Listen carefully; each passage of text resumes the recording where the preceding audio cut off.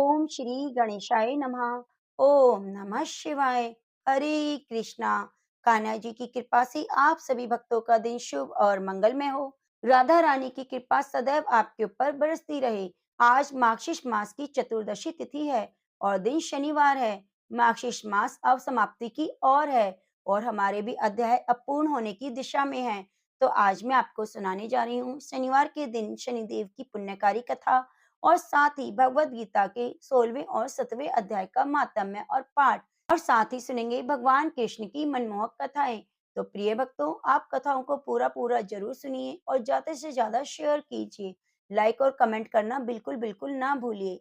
आइए गणेश भगवान के चरणों का ध्यान करते हुए कथा का शुभ आरंभ करते हैं। ओम श्री गणेशाय नमः। प्राचीन समय में एक बार सभी नौ ग्रह सूर्य, चंद्रमा, मंगल, बुध, बृहस्पति, शुक्र, शनि, राहु, केतु में विवाद छिड़ गया कि इनमें सबसे बड़ा कौन है। सभी लड़ने लगे। कोई न निर्णय होने पर देवराज इंद्र के पास निर्णय कराने पहुंचे। इंद्र इनसे घबरा गए। इस निर्णय को देने में अपनी असमर्थता जताई, परंतु उन्होंने कहा कि इस समय पृथ्वी पर राजा विक्रमादित्य हैं, जो अति न्याय प्रिय हैं। वे इसका निर्णय अवश्य करेंगे। सभी ग्रह एक साथ राजा विक्रमादित्य के पास पहुंचे और अपना विवाद बताया, साथ ही निर्णय के लिए कहा। राजा इस समय अति चिंतित हो उठे, क्योंकि वे जानते थे कि किसी को भी छोटा बताया वही कुपित हो उठेगा। तब राजा ने एक उपाय सूझा। उन्होंने स्वर्ण, रजत, कांस, पीतल, शीशा, रांगा, जस्ता, लोहे से निर्मित 9 सिंहासन बनवाए और उन्हें क्रम में रख दिया। फिर सबसे निवेदन किया कि आप अपने अपने सिंहासन पर स्थान ग्रहण करें। जो अंतिम सिंहासन पर बैठेगा वही सबसे छोटा होगा। इस अनुसार लोहे के सिंहासन सबसे बाद में होने के कारण शनि देव सबसे बाद में बैठे, तो वही सबसे छोटे कहलाए। उन्होंने सोचा कि राजा ने यह जानबूझकर किया है। उन्होंने कुपित होकर राजा से कहा, राजा, तू मुझे नहीं जानता। सूर्य एक राशि में 1 महीना, चंद्रमा 2.25 महीना, 2 दिन मंगल, 1.5 महीना बृहस्पति, 13 महीने बुध और शुक्र एक एक महीने विचरण करते हैं, परंतु मैं 2.5 से 7.5 साल तक रहता हूँ। बड़े बड़ों का मैं विनाश किया है। श्री राम की 7.5 आने पर उन्हें वनवास हो गया। रावण की आने पर लंका को बंदरों की सेना से परास्त होना पड़ा। अब तुम सावधान होकर रहना। कुपित होकर शनिदेव वहां से चले गए। अन्य देवता खुशी खुशी गए। कुछ समय बाद राजा को 7.5 आती है। शनिदेव घोड़ों के सौदागर बनकर वहां आते हैं। उसके साथ कई बढ़िया घोड़े थे। राजा ने ये समाचार सुन अपने अश्वपाल को अच्छे घोड़े खरीदने की आज्ञा दी। उसने कई अच्छे घोड़े खरीदे। एक सर्वोत्तम घोड़े को राजा की सवारी के लिए दिया गया। राजा जो उस पर बैठा, वह घोड़ा सरपट वन की ओर भागा और वन में पहुंचकर अंतर्ध्यान हो गया। राजा भूखा प्यासा भटकता रहा। तब एक ग्वाले ने उसे पानी पिलाया। राजा ने प्रसन्न होकर उसे अपनी अंगूठी दी। वह अंगूठी देकर राजा नगर को चल दिया। वह अपना नाम उज्जैन निवासी वीका बताया। वह एक सेठ की दुकान पर राजा ने जल पिया, कुछ विश्राम किया। भाग्यवश उस दिन सेठ की बिक्री बहुत हुई। सेठ ने उसे खाना भी दिया और खुश होकर अपने घर ले गया। वहां उसने एक खूंटी पर देखा कि एक हार टंगा है, जिसे खूंटी निगल रही है। थोड़ी ही देर में पूरा हार गायब हो गया। जब सेठ आया तो देखा हार गायब है। उसने समझा वीका ने ही चुराया है। उसने वीका को कोतवाल के पास पकड़वा दिया। राजा ने उसे चोर समझकर हाथ पैर कटवा दिए। वह चौरंगिया बन गया। नगर के बाहर फिकवा दिया। वहां से एक तेली निकल रहा था, जिसे दया आई। उसने वीका को अपनी गाड़ी में बिठा लिया। वह अपनी जीभ से बैलों को हाँकने लगा। उस समय तक राजा की शनि दशा समाप्त हो गई थी। वर्षा काल आने पर वह मल्हार गाने लगा। वह तब जिस नगर में था, वहां की राजकुमारी मन भावन को ये इतना भाया कि उसे मन ही मन प्रण कर लिया कि वह उस राग गाने वाले से ही विवाह करेगी। उसने दासी को ढूंढने भेजा। दासी ने बताया कि वह एक चौरंगा है, जिसके हाथ पैर नहीं परंतु राजकुमारी नहीं मानी। अगले ही दिन उठते वे अनशन पर बैठ गई कि विवाह करेगी, तो उसी से बहुत समझाया पर वह नहीं मानी। तो राजा ने उस तेली को बुला भेजा और विवाह की तैयारी करने को कहा। फिर उसका विवाह राजकुमारी से हो गया। तब एक दिन सोते हुए स्वप्न में शनिदेव ने राजा से कहा कि राजन, देखा, तुमने मुझे छोटा बताकर कितना दुख झेला। तब राजा ने क्षमा मांगी और प्रार्थना की, हे शनिदेव, जैसा दुख मुझे दिया ऐसा किसी को न देना। शनिदेव मान गए और कहा कि जो मेरी कथा को पढ़ेगा, सुनेगा, उसे कभी भी इस दशा में दुख नहीं होगा। जो नित्य मेरा ध्यान करेगा, चींटियों का आटा डालेगा, उसके सारे मनोरथ पूर्ण होंगे। साथ ही राजा को हाथ पैर भी वापस दे दिए। रातें आंख खुलने पर राजकुमारी ने देखा तो वह आश्चर्यचकित रह गई। बीका ने उसे बताया वह उज्जैन का राजा विक्रमादित्य है। वह बहुत प्रसन्न हुई। सेठ ने जब सुना तो वह क्षमा मांगने लगा। राजा ने कहा, वह तो शनिदेव का कोप था, इसमें किसी का दोष नहीं। सेठ ने फिर निवेदन किया कि मुझे शांति तभी मिलेगी जब आप मेरे घर चलकर भोजन करोगे। सेठ ने अपने घर नाना प्रकार के व्यंजनों से राजा का सत्कार किया। सबने देखा जो खूंटी हार निगल गई थी, अब वह खूंटी हार को उगल रही है। सेठ ने अनेक मोहरे देकर राजा का धन्यवाद किया और अपनी कन्या श्री कबरी से पानी ग्रहण करने का निवेदन किया। राजा ने शहर स्वीकार कर लिया। कुछ समय बाद राजा अपनी दोनों रानियों मन भावनी और श्री कबरी सहित उज्जैनी नगरी को चले।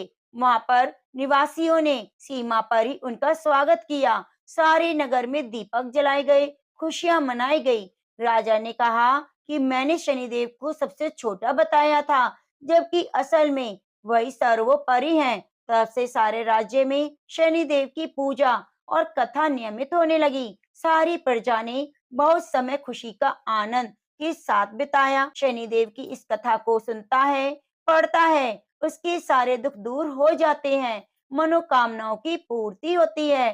तो प्रेम से बोलिए शनिदेव की जय। आइए सुनते हैं श्रीमद् भागवत गीता के 15वें अध्याय का महात्म्य। हरे कृष्णा। श्री महादेव जी कहते हैं, पार्वती जी, अब गीता के 15वें अध्याय का महात्म्य सुनो। गौड़ देश में कृपाण नरसिंह नामक एक राजा थे, जिनकी तलवार की धार से युद्ध में देवता भी परास्त हो जाते थे। उनका बुद्धिमानी सेनापति, शस्त्र और शास्त्र की कलाओं का भंडार था। उनका नाम था सर भेम रूंड। उसकी प्रजा में प्रचंड बल था। एक समय उस पापी ने राजकुमारों सहित महाराज का वध करके स्वयं ही राज्य करने का विचार किया। इस निश्चय के कुछ ही दिनों बाद वह हेजे का शिकार होकर मर गया। थोड़े समय में वह पाप आत्मा अपने पूर्व कर्म के कारण सिंधु देश में एक तेजस्वी घोड़ा हुआ। उसका पेट सटा हुआ था। घोड़े के लक्षणों को ठीक ठीक ज्ञान रखने वाले किसी वैश्य के पुत्र ने बहुत सा मूल्य रत्न देकर उस अश्व को खरीद लिया और यत्न के साथ उसे राजधानी तक वह ले गया। वैश्य कुमार वह अश्व राजा को देने लाया था। यद्यपि राजा उस वैश्य कुमार से परिचित थे, तथापि द्वारपाल ने जाकर उसकी आगमन की सूचना दी। राजा ने पूछा, किस लिए आए हो? तब उसने स्पष्ट शब्दों में उत्तर दिया, देव, सिंधु देश में एक उत्तम लक्षणों से संपन्न अश्व था, जिसे तीनों लोगों का एक रत्न समझकर मैंने बहुत सा मूल्य देकर खरीद लिया है। राजा ने आज्ञा दी, उस अश्व को यहाँ ले आओ। वास्तव में वह घोड़ा गुणों में उच्च श्रवा के समान था। रूप सुंदर का तो मानो घर ही था। शुभ लक्षणों का समुद्र जान पड़ता था। वैश्य घोड़ा ले आया और राजा ने उसे देखा। अश्व का लक्षण जानने वाले आत्महत्याओं ने उसकी बहुत बड़ी प्रशंसा की। सुनकर राजा अपार आनंद में निमग्न हो गए और उन्होंने वैश्य को मुंह मांगा स्वर्ण देकर तुरंत ही उस अश्व को खरीद लिया। कुछ दिनों के बाद एक समय राजा शिकार खेलने के लिए उत्सुक होकर उसी घोड़े पर चढ़कर वन में गए। वह मृगों के समान उन्होंने अपना घोड़ा बढ़ाया। पीछे पीछे सब ओर से दौड़कर आते हुए समस्त सैनिकों के साथ छूट गया। वे हिरणों द्वारा आकृष्ट होकर बहुत दूर निकल गए। प्यास से उन्हें व्याकुल कर दिया। तब वे घोड़े से उतरकर जल की खोज करने लगे। घोड़े को तो उन्होंने वृक्ष की डाली में बांध दिया और स्वयं एक चट्टान पर चढ़ने लगे। कुछ दूर जाने पर उन्होंने देखा कि एक पत्ते का टुकड़ा हवा से उड़कर शिलाखंड पर गिरा है। उसमें गीता के 15वें अध्याय का आधा श्लोक लिखा है। राजा ने उसे बांचने लगे। उनके मुख से गीता के अक्षर सुनकर घोड़ा तुरंत गिर पड़ा और अश्व शरीर को छोड़कर तुरंत ही दिव्य विमान पर बैठकर स्वर्ग लोक को चला गया। उसके बाद राजा ने पहाड़ पर चढ़कर एक उत्तम आश्रम देखा, जहाँ नाग, केसर, केले, आम और नारियल के वृक्ष लहरा रहे थे। आश्रम के भीतर एक ब्राह्मण बैठे थे जो संसार की वासनाओं से मुक्त थे। राजा ने उन्हें प्रणाम करके बड़ी भक्ति के साथ पूछा, ब्राह्मण, मेरा अश्व जो अभी अभी स्वर्ग को चला गया, उसका क्या कारण है? राजा की बात सुनकर त्रिकालदर्शी मंत्रवेता महापुरुषों में श्रेष्ठ विष्णु शर्मा नामक ब्राह्मण ने कहा, राजन, पूर्व काल में तुम्हारे यहाँ जो सर्वभौमरुंड नामक सेनापति था, वह तुम्हें पुत्रों सहित मारकर स्वयं राज्य हड़प लेने को तैयार था। इसी बीच में हैजे का शिकार होकर वह मृत्यु को प्राप्त हो गया। उसके बाद वह उसी पाप से घोड़ा हुआ था। यहाँ कहीं गीता के 15वें अध्याय का आधा श्लोक लिखा मिल गया था। उसे तुम बाँचने लगे। उसी को तुम्हारे मुख से सुनकर वह अश्व स्वर्ग को प्राप्त हुआ है। तदंतर राजा के पार्श्ववर्ती सैनिक उसे ढूंढते हुए वहां आ गए। उन सबके साथ ब्राह्मण को प्रणाम करके राजा प्रसन्नता पूर्वक वहां से चले और गीता के 15वें अध्याय के श्लोक को अक्षरों सहित अंकित करके उसी पात्र को बाँच-बाँच कर प्रसन्न होने लगे। उनके नेत्र हर्ष से खिल उठे थे। घर आकर उन्होंने मंत्रवेता मंत्रियों के साथ अपने पुत्र सिंहबल को राज्य सिंहासन पर बिठा दिया और स्वयं 15वें अध्याय के जप से विशुचित होकर मोक्ष को प्राप्त किया। हरे कृष्णा। अब आइए सुनते हैं 15वें अध्याय का पाठ। उसके बाद श्री कृष्ण भगवान फिर बोले कि हे अर्जुन, आदि पुरुष परमेश्वर मूल वाले और ब्रह्म रूप मुख्य शाखा वाले जिस संसार रूप पीपल के वृक्ष को अविनाशी कहते हैं और जिसके वेद पत्ते कहे गए हैं, उस संसार रूपी वृक्ष को जो पुरुष मूल सहित तत्व से जानता है, वह वेद के तात्पर्य को जानने वाला है। हे अर्जुन, उस संसार वृक्ष की तीनों रूप गुण रूप जल के द्वारा बड़ी हुई और विषय भोग रूप कोपलों द्वारा देव, मनुष्य और त्रियक आदि योनियों रूप शाखाएं नीचे और ऊपर सर्वत्र फैली हुई हैं और मनुष्य योनि में कर्मों के अनुसार बांधने वाली अहंता, ममता और वासना रूप जड़ें भी नीचे और ऊपर की ओर सब लोकों में व्याप्त हो रही हैं। परंतु इस संसार वृक्ष का स्वरूप जैसा कहाँ है, वैसा यहाँ विचार काल की में नहीं पाया जाता, क्योंकि न तो इसका आदि है, न अंत है और न अच्छी प्रकार से स्थिति ही है। इसलिए इस अहंता, ममता, वासना रूप अति दृढ़ मूलों वाली संसार रूप पीपल के वृक्ष को दृढ़ वैराग्य रूप शस्त्र द्वारा काटकर उसके उपरांत उसे परम पद रूप परमेश्वर को अच्छी प्रकार खोजना चाहिए, कि जिसमें गए हुए पुरुष फिर पीछे संसार में नहीं आते और जिस परमेश्वर से यह पुरातन संसार वृक्ष की प्रवृत्ति विस्तार को प्राप्त हुई है, उसी आदि पुरुष नारायण की मैं शरण में हूँ। इस प्रकार का दृढ़ निश्चय करके नष्ट हो गया है मान मोह, जिनका जीत लिया है आसक्ति रूप दोष, जिन्होंने और परमात्मा के स्वरूप में है निरंतर स्थिति जिनकी, और अच्छी प्रकार से नष्ट हो गई है कामना जिनकी, ऐसे भी सुख दुख नामक द्वंद्वों से विमुक्त हुए ज्ञानी जन उस अविनाशी परम पद को प्राप्त होते हैं। उस स्वयं प्रकाश में परम पद को न सूर्य प्रकाशित कर सकता है, न चंद्रमा और न ही अग्नि प्रकाशित कर सकता है, तथा जिस परम पद को प्राप्त होकर मनुष्य पीछे संसार में नहीं आते, वही मेरा परम धाम है। हे अर्जुन, इस देह में यह जीवात्मा मेरा ही सनातन अंश है और वही इस त्रिगुणमयी माया में स्थित हुई मन स्थिति पांचों इंद्रियों का आकर्षण करता है। कैसे कि वायु गंध के स्थान से गंध को जैसे ग्रहण करके ले जाता है, वैसे ही देह आदियों का स्वामी जीवात्मा भी जिस पहले शरीर को त्यागता है, उसे उस मन सहित इंद्रियों को ग्रहण करके फिर जिस शरीर को प्राप्त होता है उसमें जाता है। उस शरीर में स्थित हुआ यह जीवात्मा श्रोत, चक्षु, त्वचा को रसना, घ्राण और मन को आश्रय करके तथा इन सबके सहारे से ही विषयों का सेवन करता है। परंतु शरीर छोड़कर जाते हुए और शरीर में स्थित हुए को विषयों को भोगते हुए अथवा तीनों गुणों से युक्त हुए भी अज्ञानी जन नहीं जाते। केवल ज्ञान रूप नेत्रों वाले ज्ञानी जन ही तत्व से जानते हैं, क्योंकि योगी जन भी अपने हृदय में स्थित हुए इस आत्मा को यत्न करके ही तत्व से जानते हैं, और जिन्होंने अपने अंतःकरण को शुद्ध नहीं किया है, ऐसे अज्ञानी जन तो यत्न करते हुए भी इस आत्मा को नहीं जानते हैं। हे अर्जुन, जो तेज रूप सूर्य में स्थित हुआ संपूर्ण जगत को प्रकाशित करता है और जो तेज चंद्रमा में स्थित है और जो तेज अग्नि में स्थित है, उसको तू मेरा ही तेज जान। और मैं ही पृथ्वी में प्रवेश करके अपनी शक्ति से सब भूतों को धारण करता हूँ और रस स्वरूप अमृत में चंद्रमा होकर संपूर्ण औषधियों को, वनस्पतियों को पुष्ट करता हूँ, तथा मैं ही सब प्राणियों के शरीर में स्थित हुआ वैश्वानर अग्नि रूप होकर प्राण और अपान से युक्त हुआ चोर चार प्रकार के अन्न को पचाता हूँ और मैं ही सब प्राणियों के हृदय में अंतर्यामी रूप में स्थित हूँ। मेरे से ही स्मृति, ज्ञान और अपोहन होता है। सब वेदों द्वारा मैं ही जानने की योग्य हूँ। वेदांत का कर्ता, वेदों को जानने वाला भी मैं ही हूँ। हे अर्जुन, इस संसार में नाशवान अविनाशी भी ये दो प्रकार के पुरुष हैं। उसमें संपूर्ण भूत प्राणियों के शरीर तो नाशवान और जीवात्मा अविनाशी कहे जाते हैं, तथा उन दोनों से उत्तम पुरुष तो अन्य ही है, कि जो तीनों लोकों में प्रवेश करके सबका धारण पोषण करता है। अविनाशी परमेश्वर परमात्मा ऐसे कहा गया है, क्योंकि मैं नाशवान जड़ वर्ग क्षेत्र से तो सर्वथा अतीत हूँ और माया में स्थित अविनाशी जीवात्मा से भी उत्तम हूँ। इसलिए लोक में वेद में भी पुरुषोत्तम नाम से प्रसिद्ध हूँ। हे भारत, इस प्रकार तत्व से जो ज्ञानी पुरुष मेरे को पुरुषोत्तम जानता है, वह सर्वज्ञ पुरुष सब प्रकार से निरंतर मुझ वासुदेव परमेश्वर को ही भजता है। निष्पाप अर्जुन, ऐसे ही अति रहस्ययुक्त गोपनीय शास्त्र मेरे द्वारा कहा गया है। इसको तत्व से जानकर मनुष्य ज्ञानवान और कृतार्थ हो जाता है, अर्थात उसको और कुछ भी करना शेष नहीं रहता।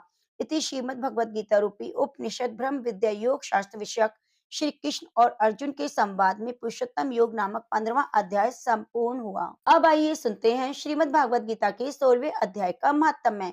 श्री महादेव जी कहते हैं, पार्वती जी, अब मैं गीता के 16वें अध्याय का महात्म्य बतलाऊंगा। सुनो। गुजरात में सौराष्ट्र नामक एक नगर है। वहाँ खड़गबाहु नाम के राजा राज्य करते थे, जो दूसरे इंद्र के समान प्रतापी थे। उनके एक हाथी था जो मद बहाया करता था और सदा मद से उन्मत्त रहता था। उस हाथी का नाम अरिमर्दन था। एक दिन रात में वह हठात सांकलों और लोहे के खंभों को तोड़ फोड़ कर बाहर निकला।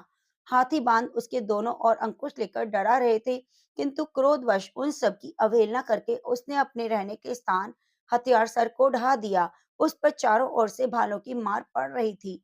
फिर वह हाथीवान ही डरे हुए थे, हाथी को तनिक भी भय नहीं होता था। इस कौतूहलपूर्ण घटना को सुनकर राजा स्वयं हाथी को मनाने की कला में निपुण राजकुमारों के साथ वहां आए। उन्होंने उस बलवान दतेले हाथी को देखा। नगर के निवासी अन्य काम धंधों की चिंता छोड़कर अपने बालकों को भय से बचाते हुए बहुत दूर खड़े होकर उस महाभयंकर गजराज को देखते रहे।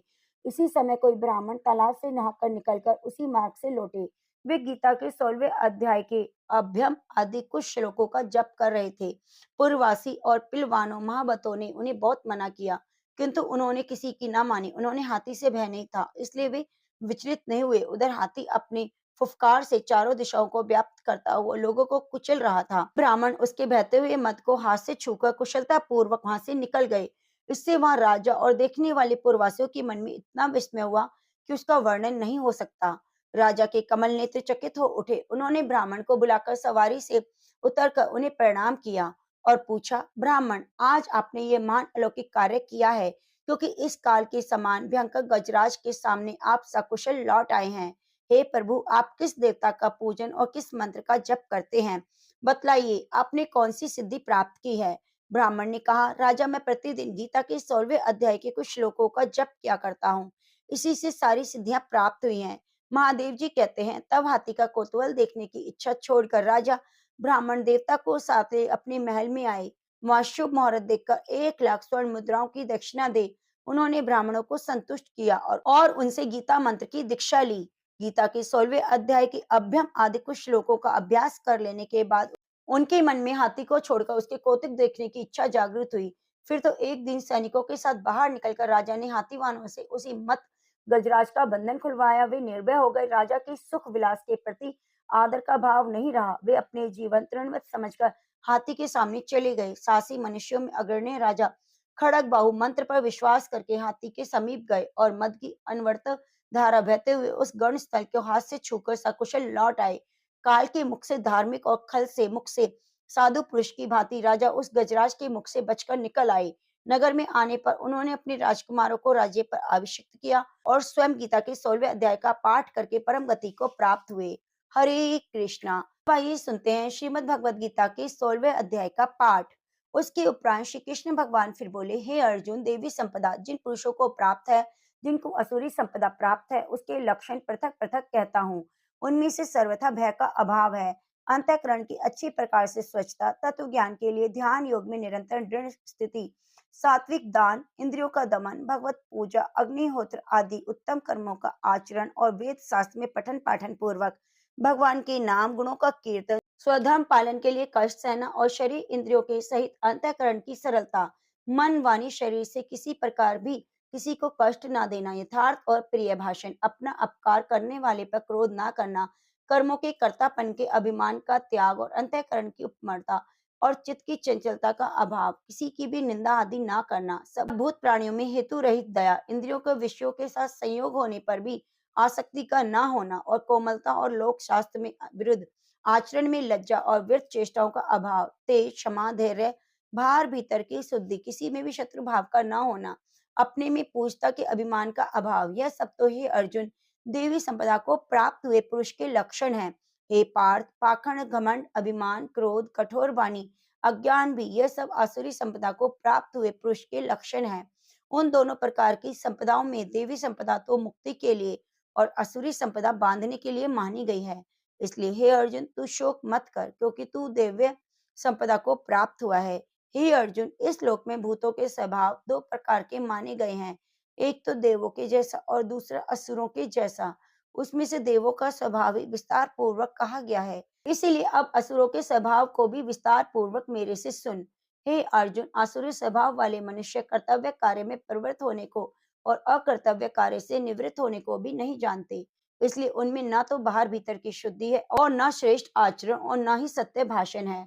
वे आसुरी प्रकृति वाले मनुष्य कहते हैं कि जगत आश्रय रहित और सर्वथा झूठा, बिना ईश्वर के अपने आप स्त्री पुरुष के संयोग से उत्पन्न हुआ है, इसलिए केवल भोगों को भोगने के लिए ही है, इसके सिवा और क्या है। इस प्रकार इस मिथ्या ज्ञान का अवलंबन करके नष्ट हो गया है स्वभाव जिनका, और मंद है बुद्धि जिनकी, वे सब अपकार करने वाले कुकर्मी मनुष्य केवल जगत का नाश करने के लिए ही उत्पन्न होते हैं।